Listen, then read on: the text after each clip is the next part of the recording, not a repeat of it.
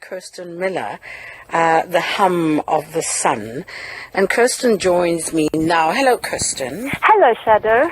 Listen, you wrote this book in such a gentle and beautiful way that it only took me until the end to know what you were talking about. Then I discovered that it's a book about autism, but it didn't say so at the beginning. And I was quite excited, actually, not knowing that I was reading about autism, but in fact, you just drew me in. How did you do that? Okay, that's a really lovely, and I'm so glad the book inspired that song, because I love that song. It's beautiful, is it not? Yeah, the Soul Cages. In the Soul Cages.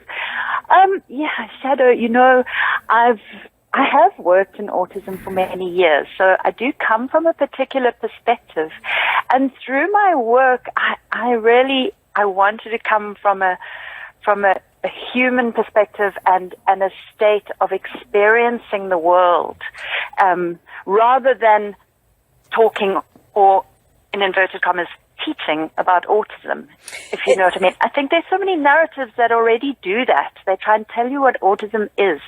But exactly. I think there are few narratives, besides the life writing from autistic people themselves that has started to come through, there are few narratives that provide autism from an experiential point of view. But I also think just naming it makes us misunderstand it. Completely. You know, because you're absolutely right. Yeah, when I got to the end, when they get to the city and somebody introduces the name autism, it almost even changes the brother's kind of response to it, because it's like, no, this thing is, doesn't have a name. I'm dealing with my brother, and this is what's going on. But without giving the story away, and I don't know how to talk about it without actually telling people. But these two young people who live with their mother, they lose their.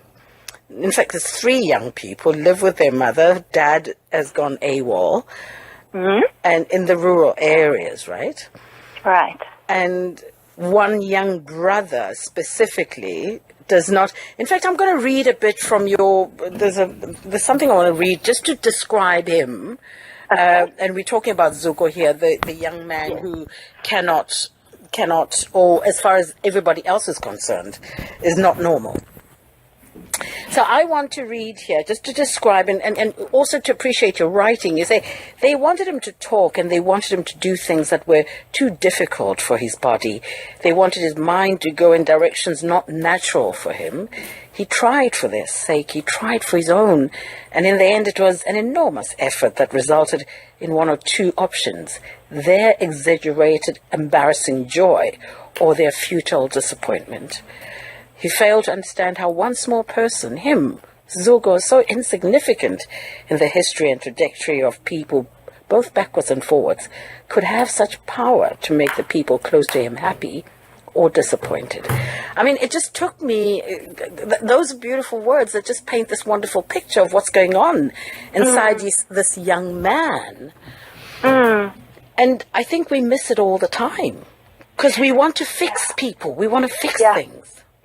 And Shado, I love that you've picked up on this, because I think labeling is part of what makes life sometimes so difficult. Because even with the book, on a broader level beyond the autism, if you look at the children, they leave their home. So essentially they become homeless.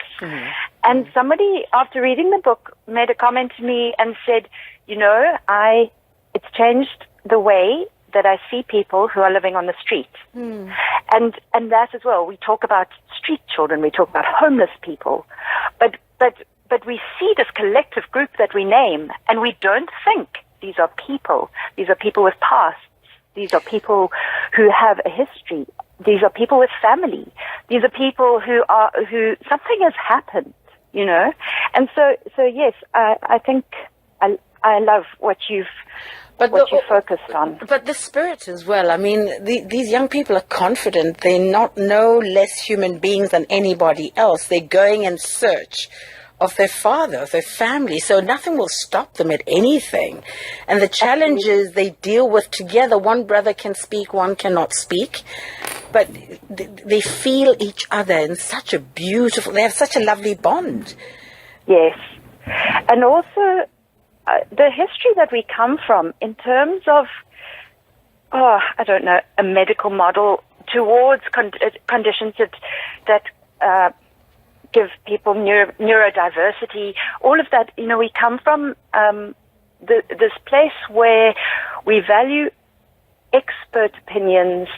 You know, there's the narrative of the good doctor or the expert who can fix, heal, etc. Not that there is no place for these people. Of course there is. But I think narratives often forget the importance of family, that ultimately family know their own family members best. And the power of family in making their own decisions and taking agency for themselves rather than, you know, and that's also what I wanted to explore in the book. Because when they reach their destination, they have options, and they take the agency back and make decisions for themselves. You know, there's a part I was trying to look for it where there was a sign of this doctor who could heal just about anything from genital warts I found that very funny, but you know, it just shows the kind of world we live in, Kirsten, and I really appreciate this because it makes you want to feel first before you decide, before you judge, before you respond to things. I think we all need to feel, but also the thing about community and neighbors. I mean, these children sat with their dead mother in the house for days because they couldn't afford a funeral, but also when their sister died, the mother sat with had to make a decision to bury the sister in the backyard. But what would people say? What are the neighbors saying? Because the kids were saying, but we should have a proper funeral, but funerals cost money and they don't have money. So just the expectations from us as communities living together. Yes. And how quickly we judge because we want to make it deals with so many beautiful stories, but human stories. And I really loved it, Kirsten, and I'm hoping a lot of us pick this book up and pass it on. I'm going to pass it on to a lot of other people to read because I think it says a lot about just not autism, but just, who we are and what we perceive ourselves to be. Thank you, Shado. Yeah. Now I want to go and get the rest of your books because okay. I've never read them before. I do. That's what I love about fiction, particularly literary fiction. I do feel that the purpose of it is it's an exercise in empathy. Whether you are reading a book or writing a book, it gives us the opportunity to step into another person's shoes. And that really is the value of reading and the value of writing fiction. In fact, I was very disappointed when I met the word autism because I was excited about this young man's, mind and what's going on and how he would navigate and maybe teach us a few things because they navigate and see the world differently. Absolutely. And because autistic people, communication is their primary difficulty, we have no idea about what is going on in autistic people's minds. They're, often brilliant, and the difficulty is with the expression. And we have so much to learn and uncover from the minds of other people. But you see, even when they are trying to express themselves, because we're used to a particular way of expression, because Zuko was saying a lot of things by his movements, and he would repeat certain actions like breaking stuff to say, "I don't want this. I'm angry," So understand me from that point of view. Yes. And if people took the trouble to just watch and listen and learn him. Yes. More than they expect from the other. I think it's such an amazing book, Kirsten. Thank you so much for writing it. Thank you, Shado. It means a lot. Where do people find it? And you know what? The funny thing is, it sat on my desk. I've got lots of books, so it sat on my desk for almost weeks, actually. And I've just been walking past it. And then I picked it up and I thought, oh, I did it in a day or so, hey? Okay, excellent. It was lovely. It was lovely. That's so great. Yeah, so it's available at all usual book retailers, online, Okay. etc. Yeah. All right. I look forward to more of your words. But thank you so much for joining us on a Sunday, and I hope the rest of it is great for you. Thank you, Shado. Thank you for having me on your show. Take care, It's been Kirsten. great chatting. All You right. too. Bye-bye. Okay. That's Kirsten Miller. The book is called The Hum of the Sun. And as she says, Jennifer Chris Williams says about it, easily one of the most exquisitely written novels I've ever read. Heartbreaking, joyful, and suffused with love. Yeah, I couldn't have said it better. Be back after this. Hectic on